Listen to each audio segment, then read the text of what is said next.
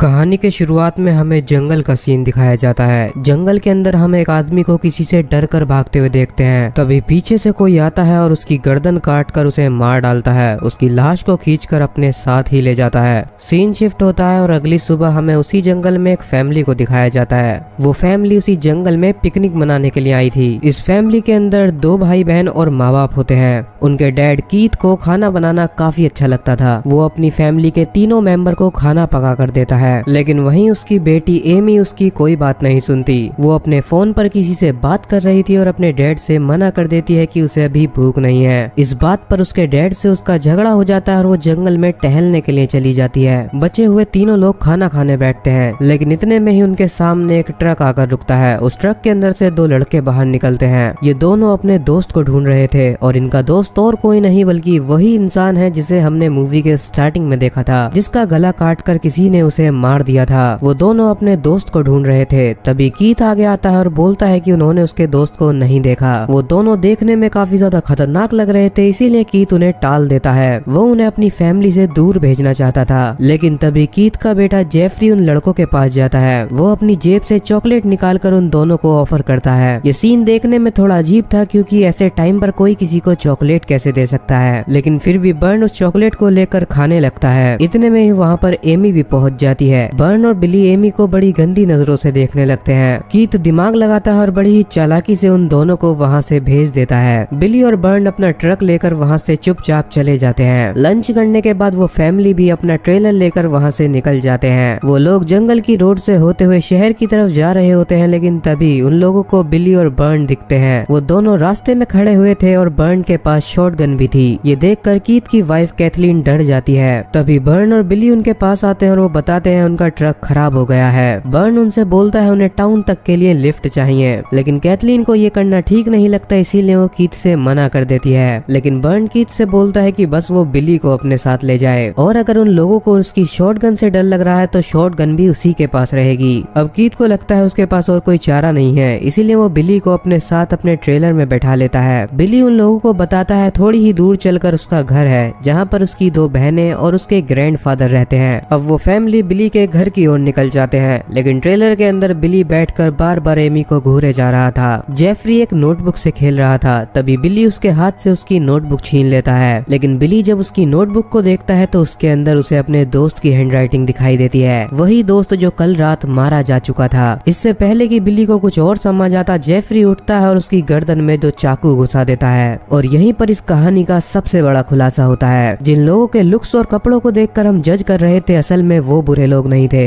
बल्कि शहर से आई हुई ये फैमिली ही सीरियल किलर थी। ये लोग इंसानों को मारते हैं और उन्हीं का मांस पकाकर खाते हैं। इस फैमिली ने ही बिली के दोस्त को मारा था और दोपहर के टाइम पर उसी का मांस पकाकर ये लोग खा रहे थे। कहानी के द्वारा हमें यही बताया गया है कि किसी के लुक्स को देखकर हमें जज नहीं करना चाहिए। उन दोनों लड़कों ने बुरे कपड़े पहन रखे थे, जिसकी वजह से हम सभी को लगा कि यही बुरे लोग हैं, जबकि बुरी तो वो फैमिली थी जो कि अच्छे कपड़े और साथ ही में सभ्य लग रहे थे। अब वो मासूम सी दिखने वाली फैमिली बिली की बॉडी के टुकड़े करने लगते हैं ताकि वो उसे अपने फ्रीजर में रख सकें। वो मासूम सी दिखने वाली कैथलीन बिली की आंखों को निकालकर एमी को गिफ्ट में देती है। एमी को आंखें पसंद थी, इसीलिए उसे बिली की आंखें गिफ्ट में दी जाती है। बिली को मारने के बाद भी इस फैमिली का दिल नहीं भरता। अभी भी वो उसके घर जाने वाले थे, क्योंकि बिली के हिसाब से उस घर में 2 लड़कियां और एक बूढ़ा आदमी है, जिन्हें मारना इनके लिए बाएं हाथ का खेल है। दूसरी साइड हमें बिली की फैमिली दिखाई जाती है, जहाँ पर 2 लड़कियां और उनका ग्रैंडफादर था। वो लोग डिनर करने के लिए बैठे होते हैं, लेकिन तभी उनकी डोर बेल बजती है। बाहर वही फैमिली खड़ी हुई थी।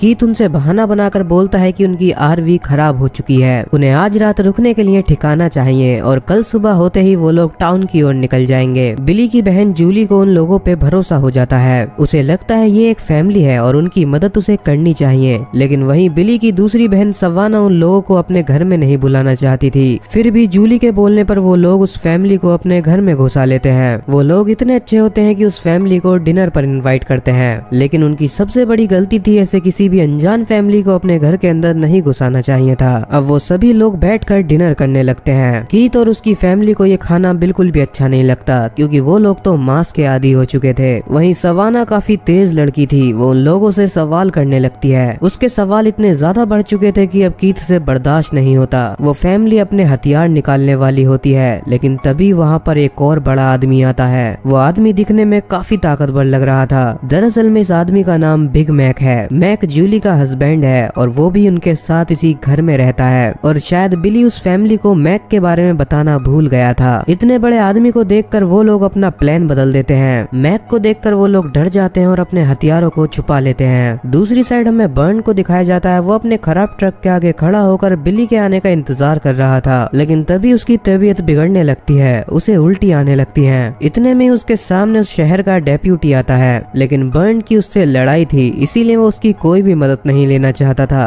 डेप्यूटी के जाते ही बर्न की हालत और भी ज्यादा खराब होने लगती है। तभी हमें दिखाया जाता है जेफरी ने जो चॉकलेट बर्न को दी थी उसके अंदर जहर मिला हुआ था, जिससे धीरे धीरे कोई भी इंसान मर सकता है। वहीं दूसरी साइड जेफरी उसी चॉकलेट को मैक और जूली को देता है। मैक उस चॉकलेट को लेकर खा लेता है और साथ ही में जूली भी खा लेती है। एमी घर का टॉयलेट यूज करने के लिए जाती है क्योंकि उसे ड्रग्स लेने की आदत थी, लेकिन जल्दबाजी में वो बिली की आंख को वहीं टॉयलेट में गिरा देती है। वो वॉशरूम से बाहर आती है जहाँ सवाना खड़ी हुई थी। सवाना और एमी की बातों से हमें पता चलता है वो दोनों ही लेस्बियन हैं। एमी जिससे हर टाइम कॉल पर बात करती रहती है वो कोई लड़का नहीं बल्कि लड़की उसकी गर्लफ्रेंड है। ये बात उसकी फैमिली में किसी को नहीं पता है। उसके डैड इंसानों का मांस खाने के लिए तैयार है, लेकिन उसकी लड़की लेस्बियन हो इस बात को नहीं सह सकते। अब उन सभी लोगों को वहाँ रुकने के लिए उनके कमरे दिए जाते हैं। कैथलीन और कीथ को वहाँ का गेस्ट रूम दिया जाता है। वहीं जेफरी को बिली के कमरे में सोना होगा और एमी को सवाना के साथ सोना होगा, क्योंकि सवाना का कमरा काफी बड़ा है और वो दोनों लड़कियां हैं, इसीलिए वो आराम से उस कमरे के अंदर एडजस्ट कर सकती हैं। कीथ और कैथलीन गेस्ट रूम के अंदर जाते हैं, जहाँ कैथलीन की बातों से हमें पता चलता है इस फैमिली को मारने का उसका कोई इरादा नहीं है। वो इस फैमिली को बिल्कुल नहीं मारना चाहती, क्योंकि वो खुद भी एक फैमिली के साथ रहती है। लेकिन कीथ उससे बोलता है कि ये फैमिली किसी काम की नहीं है, ये लोग धरती पर बोझ हैं। कीथ का मानना था गरीब लोगों के जीने का कोई हक नहीं है, वो लोग धरती पर सिर्फ बोझ हैं। वो लोग ऐसी गरीबी हालत में जी कर भी क्या ही करेंगे, इसीलिए कीथ उन लोगों को मार दिया करता था। अब कीथ जेफरी के पास जाता है। वो उसे समझाता है कि बिग मैक को मारना इतना आसान नहीं है, इसीलिए वो उसे खुद ही मारेगा और जूली को वो मार सकता है। दूसरी साइड हमें सवाना और एमी को दिखाया जाता है। वो दोनों एक दूसरे के करीब आ रही थी। वहाँ एमी को सवाना की काफी सारी ट्रॉफी रखी हुई दिखती है, क्योंकि सवाना एक तीरंदाज है, उसका निशाना बहुत ही पक्का है। वो दोनों काफी करीब आने लगती हैं और किस करती हैं। अब तो ये कंफर्म हो चुका था कि वो दोनों ही लेस्बियन हैं। दूसरी साइड मैक और जूली की हालत खराब हो चुकी थी, क्योंकि उन दोनों ने जेफरी की दी हुई चॉकलेट खाई थी। मैक घर के बाहर निकलकर उल्टी कर रहा होता है, वहीं जूली वॉशरूम के अंदर उल्टी कर रही थी। जेफरी अपने डैड की बात को नजरअंदाज करता है और वो मैक को मारने के लिए बाहर आ जाता है। वहीं उसका डैड उनके ग्रैंडफादर को मारने के लिए जाता है। वो एक कुल्हाड़ी से उनके ग्रैंडफादर को मार डालता है। बाहर जेफरी मैक से लड़ रहा होता है। मैक चॉकलेट खाने के बाद काफी ज्यादा कमजोर हो चुका था, लेकिन फिर भी वो जेफरी को काफी टक्कर देता है। आखिरी में जेफरी चाकू की मदद से मैक को मार डालता है। जेफरी की इस बात से कीथ को काफी गुस्सा आता है, क्योंकि उसने उसके ऑर्डर्स को मानने के लिए बोला था, लेकिन फिर भी जेफरी की इस बहादुरी से वो उसके लिए खुश था। वो उसे मैक की जीप देता है। ये लोग इनाम के तौर पर उन लोगों के बॉडी पार्ट्स गिफ्ट करते हैं। वहीं रूम के अंदर एमी और सवाना साथ में थी। वो दोनों लव मेकिंग कर रही होती हैं, लेकिन तभी एमी सवाना को मारने के लिए अपना चाकू निकाल लेती है। वो उसके चाकू मारने ही वाली होती है, लेकिन सवाना उसे गलती से धक्का दे देती है। सवाना को अभी तक कुछ भी समझ नहीं आया था। उसे लगता है एमी की टांग में गलती से चाकू घुस गया है। वो उस चाकू को बाहर निकालती है और एमी की टांग की पट्टी करती है। एमी अभी भी उसे मारने का मौका ढूंढ रही थी, लेकिन अब वो उसे नहीं मारती, क्योंकि उसे लगता है कि सवाना एक अच्छी लड़की है। तभी सवाना भागकर नीचे जाती है ताकि वो एमी के लिए फर्स्ट एड बॉक्स ला सके। जब वो फर्स्ट एड लेने के लिए जाती है तो उसे बाहर से कुछ आवाजें आती हैं। वो उन आवाजों का पीछा करते हुए पहुंचती है और देखती है वहाँ पर कीथ और कैथलीन खड़े हुए थे। उन लोगों की आरबी वहीं खड़ी हुई थी और उनकी आरबी बिल्कुल ठीक थी। कैथलीन और कीथ वापस घर के अंदर चले जाते हैं और सवाना मौका देखकर उनकी आरबी के अंदर घुस जाती है। जब वो आरबी के अंदर पहुंचती है तो उसे बहुत गहरा झटका लगता है। आरबी के अंदर बिली और बिग मैक की लाश रखी हुई थी। वहीं दूसरी साइड वॉशरूम के अंदर जूली को बिली की आंख मिल जाती है। ये आंख एमी से वॉशरूम के अंदर गलती से गिर गई थी। वो दोनों समझ चुकी थी वो फैमिली उनके लिए खतरा है और उनकी जान खतरे में है। जूली अपने ग्रैंडफादर के रूम में जाती है और वो देखती है उसके ग्रैंडफादर भी मर चुके थे। इतने में ही पीछे से कीथ आता है और उसे पकड़कर अपने साथ ले जाता है, लेकिन कीथ जूली को खुद नहीं मारना चाहता था। वो उसे कैथलीन से मारने के लिए बोलता है। बहुत देर मनाने के बाद कैथलीन उसे मारने के लिए मान जाती है, लेकिन तभी एक तीर आता है और वो कैथलीन की गर्दन के आर पार हो जाता है। ये तीर सवाना ने चलाया था। वो घर के बाहर से उन लोगों के ऊपर हमला हमला कर देती है। तभी नीचे एमी भी पहुंच जाती है। वो देखती है उसकी मॉम मर चुकी है और ये काम सवाना ने किया है। ये देखकर उसे बहुत ज्यादा गुस्सा आता है और अब वो सवाना को मारना चाहती थी। सवाना को बुलाने के लिए कीथ दिमाग लगाता है। वो जूली को चेयर पर बांधकर उसे टॉर्चर करने लगता है। वो उसकी एक उंगली तोड़ देता है जिससे जूली चिल्लाती है। सवाना भी चालाक थी और वो अपने रूम की ऊपर वाली विंडो से घर में घुसती है। वो जेफरी को पकड़ लेती है और उसकी गर्दन पर चाकू रखकर उसके डैड के सामने जाती है, लेकिन कीथ भी जूली की गर्दन पर चाकू रख देता है। अगर सवाना जेफरी को मारेगी तो कीथ जूली को मार देगा। ये देखकर जेफरी को कुछ भी समझ नहीं आता क्योंकि उसके डैड उसकी जिंदगी को दांव पर लगा रहे थे। सवाना अपनी बहन को नहीं खोना चाहती थी, इसीलिए वो जेफरी को छोड़ देती है, लेकिन वो काफी चालाक थी। उसने यहाँ आने से पहले ही पुलिस को कॉल कर दी थी। अब कीथ दोनों बहनों को साथ में चेयर पर बांध देता है। उसका प्लान उन दोनों को टॉर्चर करने का था। कीथ उनकी रसोई में जाकर बिग मैक की जीभ को फ्राई करने लगता है। जूली को पता चलता है कि बिग मैक भी मर चुका है। ये बात सुनकर उसे बहुत गहरा सदमा लगता है। कीथ उनके सामने बिग मैक की जीभ को खाने लगता है, लेकिन वो जूली और सवाना को भी टॉर्चर करता है ताकि वो बिग मैक की जीभ को खाएं। वो दोनों उसकी बात नहीं मानती, जिस पर वो जूली का अंगूठा काट कर ही खा जाता है। कीथ बेशक इंसानों का मांस खाता है, लेकिन उसे ये बात बिल्कुल हजम नहीं होती कि उसकी बेटी एक लेस्बियन है, यानी कि वो लड़की होकर भी लड़कियों से ही प्यार करती है। इस बात पर कीथ और एमी लड़ने लगते हैं। सवाना मौका देखकर अपने हाथ खोल लेती है और वहीं चाकू उठाकर कीथ की आंख में घुसा देती है, लेकिन कीथ की दरिंदगी का हमें अब पता चलता है। वो अपनी आंख को ही निकाल कर खुद ही खा जाता है। वो सवाना को दोबारा से पकड़ लेता है, लेकिन इतने में ही वहाँ पर शॉटगन लेकर बर्न पहुँच जाता है। बर्न अभी तक जिंदा है। वो चॉकलेट खाने के बाद भी अभी भी नहीं मरा है। वो कीथ के ऊपर गोली चलाता है, लेकिन गोली कीथ के कंधे पर जाकर लगती है। इतने में ही वहाँ पर जेफरी भी पहुँच जाता है और सवाना जेफरी को संभालती है। बाहर बर्न की लड़ाई कीथ से चल रही थी, लेकिन बर्न कीथ के ऊपर भारी पड़ रहा था।